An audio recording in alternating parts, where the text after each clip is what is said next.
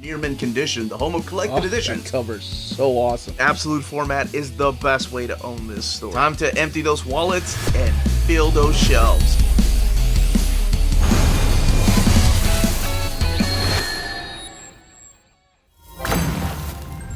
Happy Tuesday, all you minties! Uncanny Omar here from Near Mint Condition, the home of collected editions. And join me today for my overview of these particular collected editions coming out this week from Marvel Comics. Let's go ahead and get started.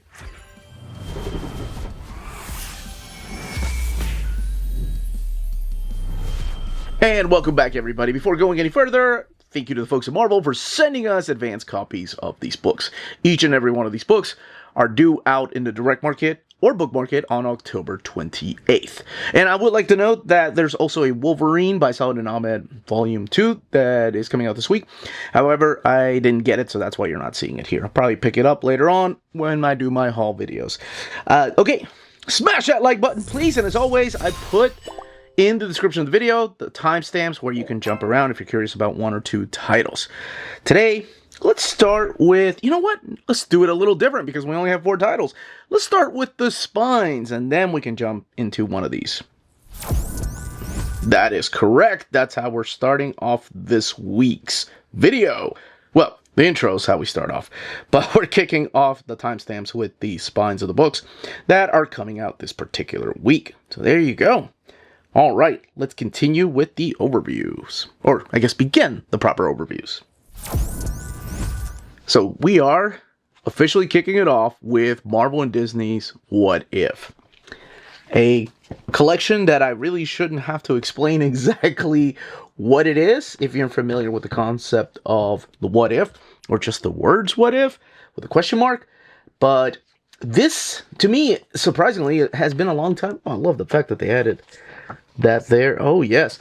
Has taken this long to actually make because Marvel has been producing, or I guess, had the rights to make Disney comics for a long time because, again, it's all part of the Disney Corporation. Fantagraphics has new comics. The folks at Dynamite are putting out new comics, or Fantagraphics or others doing the classic collections. Taschen's doing collections. It's really interesting that Marvel haven't really done much with these characters, but Uncle Scrooge and then the Donald Duck books. But anyway, now we're getting to that point. The writers are Luca Barbieri and Steve Bailing and Riccardo Secchi, and then some artists like Chiara Perisinotto and Donald Sofriti. And then colors by Lucio Rubidotti, and then lettering by Laura Tartaglia. And this is a collection of just different one-shots in here. You have the What If Donald Duck Became Wolverine? What If Donald Duck Became Thor? What If Minnie Became Captain Marvel? What If Mickey and Friends Became the Fantastic Four? And What If Mickey and Friends Became the Avengers? What If Donald Duck Became Iron Man? And What If Goofy Became Spider-Man? This book has 224 pages, and this one here retailing for $24.99. This is I guess it's one of the rare books that, for me at least, it's an all-ages book. This is one that you can read with your kids, whether you're a fan of comics and you want to try to find that perfect bridge that lets the kiddos, if they're fans of course, Disney characters, into a little bit of the realm that you are into. I think that I think this is one of those particular books. So yes, the very, very first story is What If Donald Duck Became Wolverine? The characters' names I thought would be creative when it comes to like what they call themselves. For example, this is just Mickey Hawkeye. That's it. It's not Mickey Hawk or anything like that. And this is Donald Wolverine. He had his own Weapon X project that was all helmed by Gyro. And again, using characters like Grandma Duck and her farm that are already established in the Disney comics. I love this right here, especially if you're a fan of Wolverine, right? Every one of, even the No-Nose era gets some love right there. Or the X-Force era, or when he wore the Fang costume, which they actually made a toy of that. The brown and gold, though, that's the way to go. But then he ends up seeing all the other friends, or teaming up with the other friends, like Goofy Hulk right here. Again, that's how they say their names. Anyway, they're all going up against Pete Skull and the Beagle Boys, and you can find out how that particular story ends. The next one is a very similar story in that of origin of the character of Dr. Donald Blake. seeing these rockmen from Saturn, but these are the duckmen from Saturn. And Donald accidentally going into this cave and picking up pretty much what is Mjolnir and becoming Thor, the god of thunder, and still hanging out with his nephews. Now, the adaptations here are kind of like the modern take on these characters. This is the story with... Oh, I do love the fact that they add Uncle Scrooge in these particular stories. This is Minnie becoming Captain Marvel, but we start seeing some characters in here like Pete Scorpion and Minnie Dragon. There are character designs. By the way, this one has awesome artwork in there. So you can see, for example, in between issues, by the way, Pegleg Scorpion, J. Jonah Duck, and then Magica as Hecate. That's an awesome picture right there. And the Beagle Boys and the robots. And this is what if Mickey and friends became the Fantastic Four. Again, taking the classic story of the Fantastic Four that already have been established in this particular universe. You have Minnie, for example, visiting Clarabelle. And then the four get a signal to come and fight against evildoers. Which most of the time in these stories happen to be the Beagle Boys. But this time around they're going underground where... I think it's Pete Mole, is his name, ends up sending his minions after the surface dwellers. And then you have, what if they became the Avengers? I thought that they were going to use the characters here, like Mickey Hawkeye and Goofy Hulk and Donald Wolverine. Nope. They kind of do their own thing again. Donald Duck is back as Thor, but this time Mickey Mouse is Iron Man. Pluto is... what do they call him? It's like... oh no, he's Ant-Man. And then Minnie is Wasp, and then Goofy as the Incredible Hulk. But they do call themselves, again, like Goofy Hulk and Minnie Wasp. This time, it is his cousin that they have to go and fight. What is this guy's name? Gladstone, who is like Loki and has the power of Loki. And again, other couple of surprises in there and Easter eggs, if you're familiar with the characters. This is the Iron Duck story. And then, what if Goofy became Spider-Man with a couple of extra surprises in there. So again, I think this is one of those stories that really anybody in the family can read and pick up, and can be just vaguely familiar with some of these characters. And definitely that gap, that bridge that you need in case your young ones want to check out any of the superheroes world. In the back you have covers on thumbnail size, and that is Marvel Disney What If? Power Man Timeless. A book that actually surprised me because I thought the Timeless storyline happened in 2023. Had the whole thing with Kang, and then of course the big surprise at the end. But this is the Timeless one-shot that did take place in 2023. So this does collect that issue, the Timeless 2023 one-shot, and then the miniseries Power Man Timeless. So you have Jackson Lansing and Colin Kelly writing both the Timeless one-shot and then the Power Man Timeless. Juan Cabal doing the art there, and over here is Bernard Chang with other folks, of course, doing the inks and the lettering.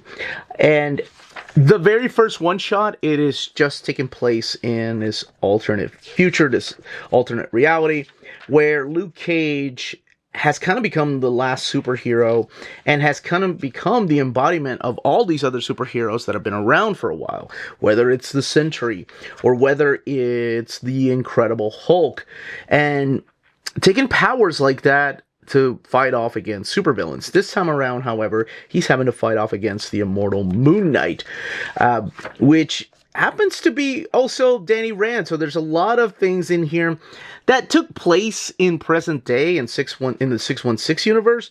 But this is a just full out battle between both of these characters who used to be friends, and one that will not bend the knee to the other. Now the the mini-series right here, this is how Power Man ends up in the 616 universe.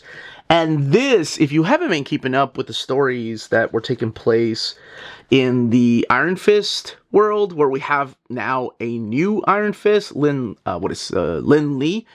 Danny Rand is no longer the Iron Fist. He was immortal Iron Fist for a while, but now it is Lin Lee.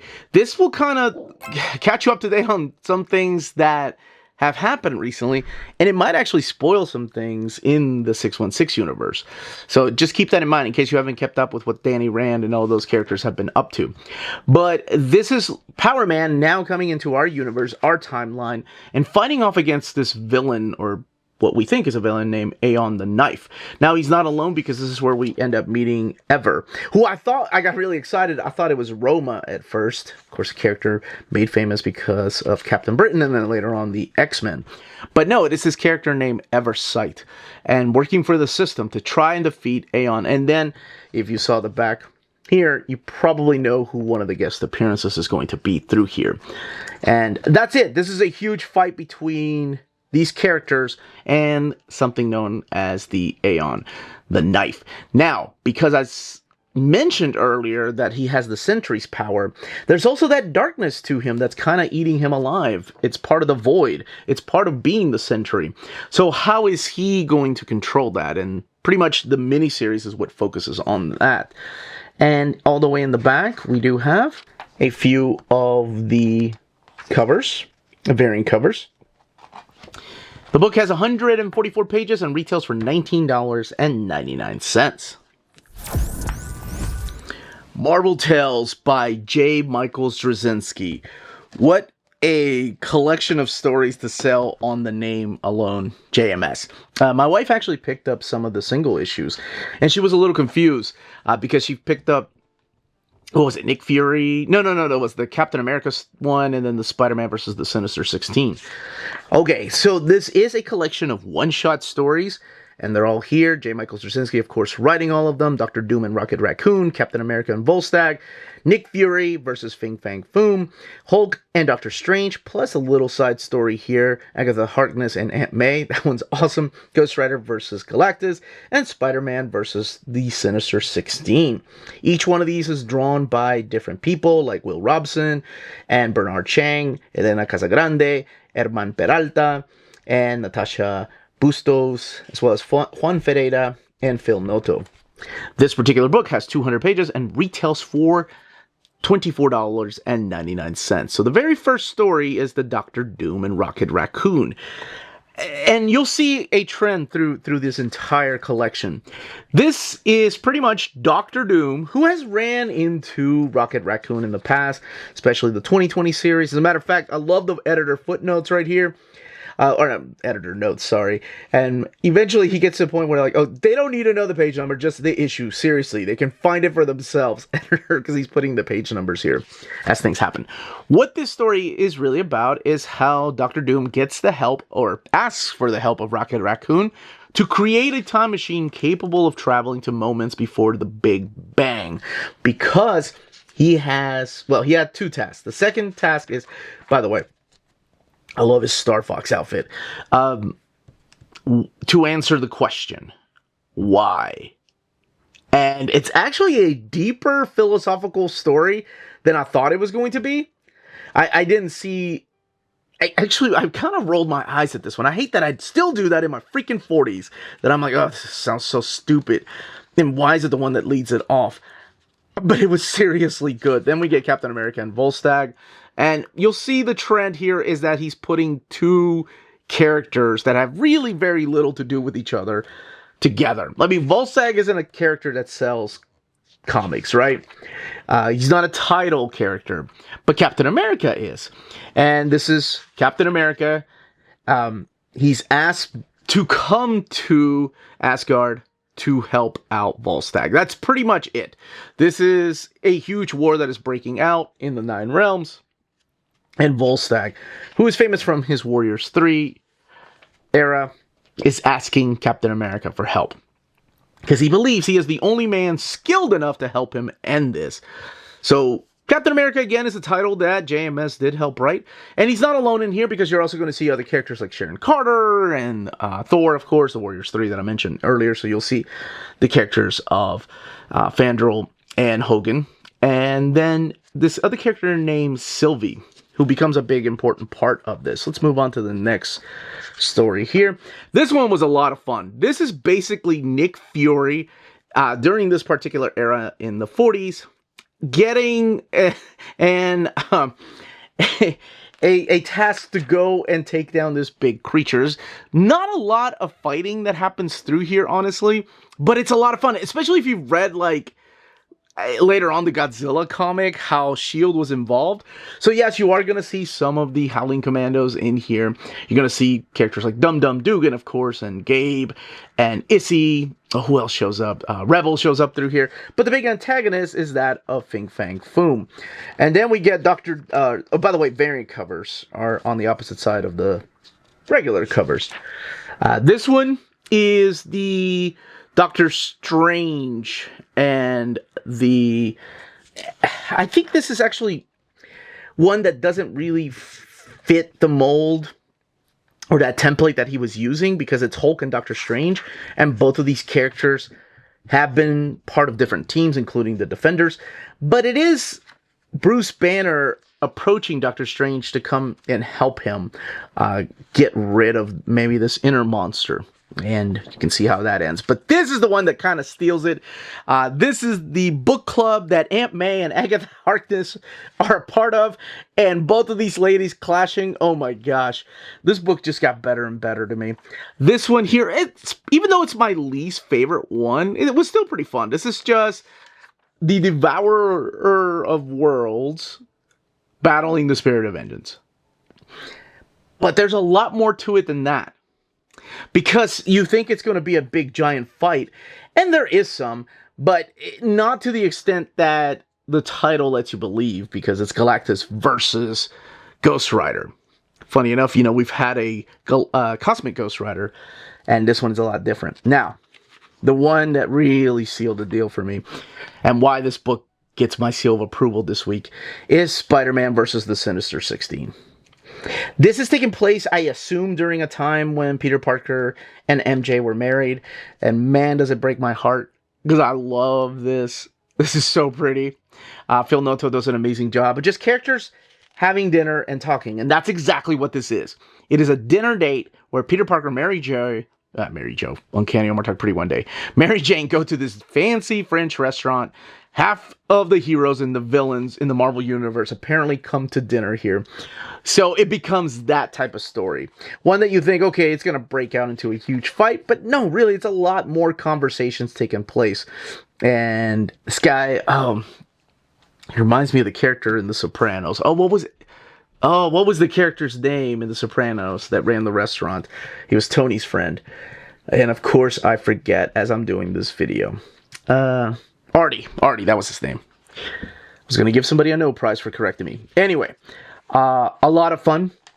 And anybody that thinks, you know, that JMS's days, or he's had his days and he's no longer the writer he used to be, ought to check this book out, because it was a lot of fun. It was really reminiscent of his stuff that he was doing in Spider-Man. And so if you like that kind of stuff, the stuff that he did in the pages of Thor, then definitely check this out.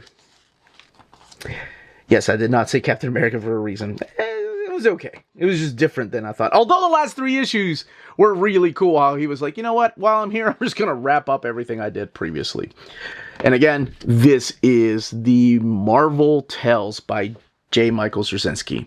$24.99. 200 pages.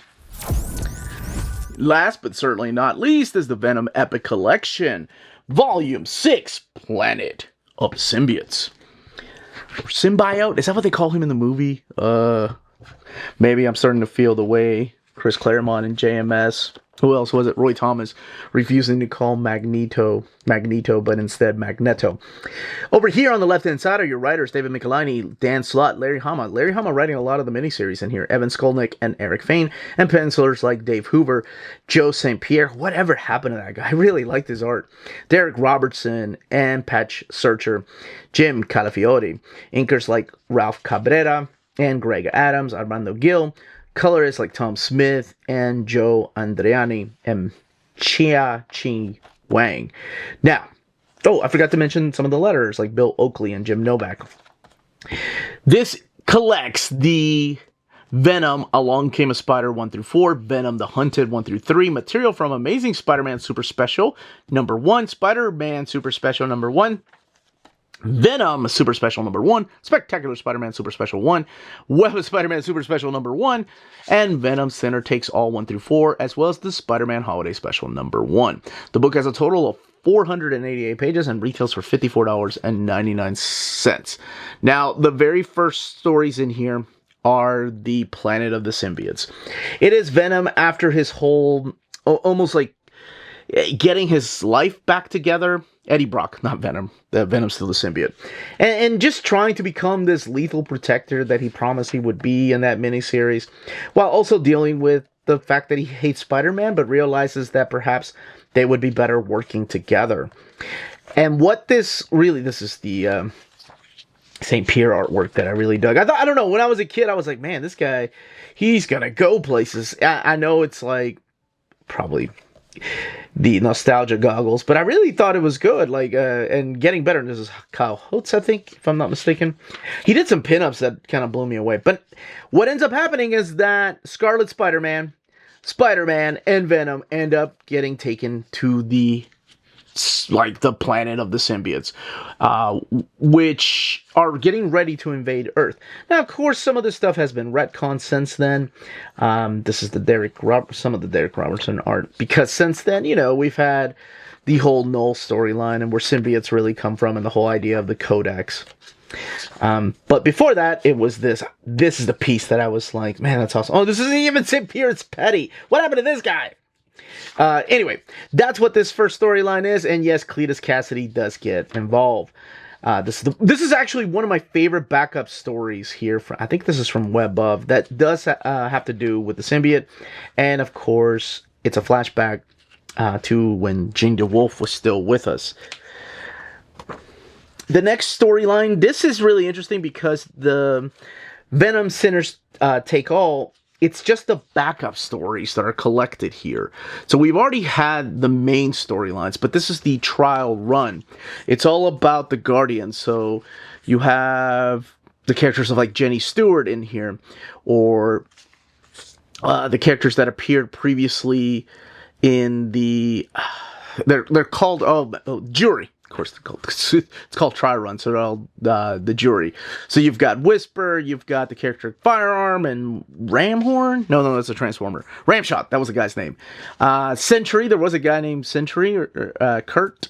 And then Bomb Blast, those characters. And then, of course, your antagonist through here is not really Spider-Man, but this time around, or Venom rather, it is the Dreadnoughts. And also having to deal with characters like the Tarantula. So it is the backup stories that were not collected previously that are now collected here. Then we move on to the next story. Is this a St. Pierre? Man, people are going to be like, what was wrong with your eyes? I kind of dug this stuff too. Okay, so this is Along Came a Spider. And this is Eddie Brock kind of laying low after the previous storyline and wanting to check in on his ex-wife, Anne. And as you all know, you probably know what ends up happening to Anne, especially if you've seen the movie. But he tapped into the subway phone line, and he tries to call her at home. He didn't realize that she was under police custody, and they have tapped her phone. Now, it's up to these detectives to try to go and find Eddie Brock, because he's still wanted in both, I think at this time, San Francisco and I think Chicago. And that's what this storyline is about. It's about trying to clear his name, because he doesn't think that he is responsible for the crimes committed while he was still under the symbiote. But it's not that easy. And speaking of symbiote, we have a bunch of symbiotes that appear through this particular series. But this will also be the encounter between Venom and the new Spider-Man, Ben Reilly. And of course, the appearance of, I think they should still call She-Venom. Now, it's also very important to note that during this time, that Spider-Man, Scarlet Spider, or rather, the characters of Ben Reilly as Spider-Man was in the New Warriors team. That's why you'll see a lot of appearances in here by Justice and Nova showing up through here. And we have this character, Hybrid, that shows up, part of the symbiote group. And the last story that is collected... No, actually, we have the Christmas story, the Venom Clause, I think is what it's called. Yes, this little material from the holiday special. And the last story that is collected in here is the Venom the Hunted. So this one will have some, what I think is special appearances by characters from the past that I've really enjoyed. But this is about a murder mystery. Like, a woman gets killed outside of this nightclub, and the detectives that we saw earlier, again written by Larry Hama, this time around is Duncan Rouleau doing the art, who of course went on to do things like Metal Man. But